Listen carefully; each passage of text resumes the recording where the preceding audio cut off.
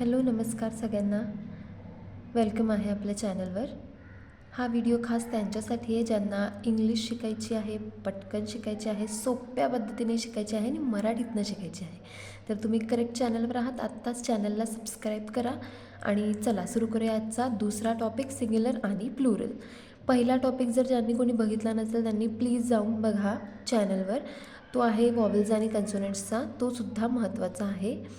तर आजचा टॉपिक आहे सिंग्युलर आणि प्लुरल म्हणजे एकवचन आणि अनेकवचन. Singular means one and plural means more than one or many. म्हणजे एक असेल तर सिंग्युलर आणि एकापेक्षा जास्त असतील तर प्लुरल. कसं सोपं लक्षात ठेवायचं, सिंग्युलर म्हणजे आपल्या नावातच आहे त्याच्यात सिंगल म्हणजेच सिंग्युलर एक, आणि म्हणजे प्लुरल म्हणजे डबल. सिंगल आणि डबल सोपं करायसाठी मी लिहिलं आहे आणि मेनी. आता एक्झाम्पलनी जास्त स्पष्ट होईल ते, जसं की कॅट. एक असेल तर कॅट म्हणू आपण, एकापेक्षा जास्त असतील तर आपण त्याला कॅट्स म्हणू. बॉक्स एक असेल तर जास्त असतील तर बॉक्सेस. डेस्क एक असेल तर डेस्क आणि जास्त असतील तर डेस्क. तर आता हे लक्षात घ्या की सिंग्युलरला प्लुरल करताना आपण लास्टला एस लावतो आणि प्रोनाऊन्ससुद्धा आपल्याला तसंच करायचं आहे. जसं लक्षात घ्या, मी फक्त कॅट एक असेल तर मी कॅट म्हणते, दिस इज अ कॅट. आणि खूप असतील किंवा एकापेक्षा जास्त असतील तर मी कॅट्स म्हणते. तर हा एसचा साऊंड लास्टला आला पाहिजे जेणेकरून कळतं आहे की ही प्लुरल बोलतो आहे, आपण प्लुरल म्हणतो. तर तेच इथेच लिहिलं आहे की so by the example it is clear that we add S to make the word plural. S add करतो, ते लिहिताना एस ॲड करायचं आणि बोलतानासुद्धा एस म्हणायचे. जसं box, boxes, desk, pens, books, एकापेक्षा जास्तला. आता इथे प्रश्न हा उद्भवतो की बॉक्स सगळीकडे आपण एस लावलं आहे, पण बॉक्सलाच आपण ई एस लावलं आहे, तर ते का? तर त्याच्यात काही रूल्स आहेत सिंग्युलर प्लुरलमध्ये. Rule 1, rule 2, rule 3. तर त्यातला रूल 1 आपण आता बघणार आहोत.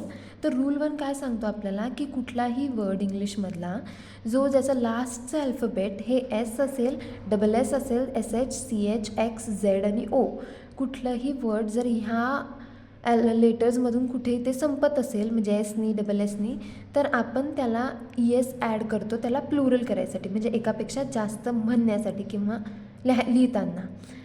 तर ते कसं, तर आता आपण पुढे एक्झाम्पलने बघूया. पण इथे हे लक्षात ठेवा की आपण मॅथ्समध्ये जसे फॉर्म्युलाज लर्न करतो तसा ग्रामरमधला पण हा फॉर्म्युला आपल्याला लर्न करायचा आहे, हा रूल आपल्याला लर्न करायचा आहे की कुठे पण कुठलाही वर्ड जर आपल्याला S, double S, S H, C H, X, Z आणि ओनी संपत असेल तर आपल्याला त्याला ई एस ॲड करायचं आहे प्लुरल करायसाठी. आता मी वर्कशीट घेतल्या आहेत, त्या वर्कशीट आणखीन सोपं तुम्हाला कळेल. तर ही सिंगल वर्कशीट आहे, म्हणजे एस ॲड केलेली. जसं की एक असेल तर डोअर आणि एकापेक्षा जास्त असतील तर डोअर्स. एक असेल तर कप, एकापेक्षा जास्त असतील तर cups. Bag, bags. Fingers. Lamp, lamps. एसचा साऊंड लास्टला येऊ द्या म्हणजे ते जास्त क्लिअर होतं की तुम्ही प्लुरल बोलताय जेव्हा आपण इंग्लिश स्पीकिंग करतो किंवा लिहितो. आता हे बघा, सिंग्युलर आणि प्लुरल.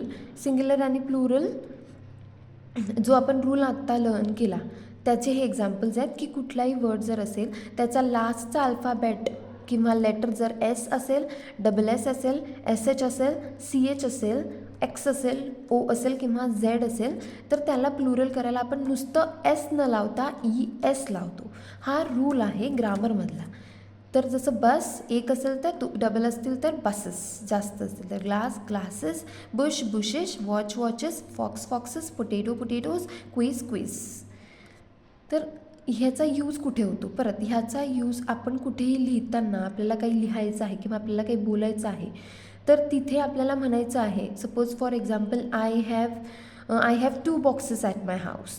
तर ते आपल्याला नीट म्हणता आलं पाहिजे की बॉक्सेस आहेत, एकापेक्षा जास्त आहेत लिहायलासुद्धा. तर तिथे आपल्याला माहिती पाहिजे की आपल्याला एवढं सिम्पल माहिती आहे की एस हे आपण प्लुरल करायला लावतो, पण हा रूल आपल्याला माहिती पाहिजे जेणेकरून आपण बोलण्यातच नाही तर लिहिण्यातसुद्धा परफेक्ट होऊ इंग्लिशमध्ये. तर हा व्हिडिओ आवडला असेल तुम्हाला, हा रूल तुम्हाला कळाला असेल तर प्लीज व्हिडिओला लाईक करा, खाली कमेंट आवर्जून करा, चॅनलला आत्ताच सबस्क्राईब करा कारण मी पुढच्या व्हिडिओत घेऊन येते पुढचा रूल जो की आहे तेवढाच महत्त्वाचा जेवढा हा होता.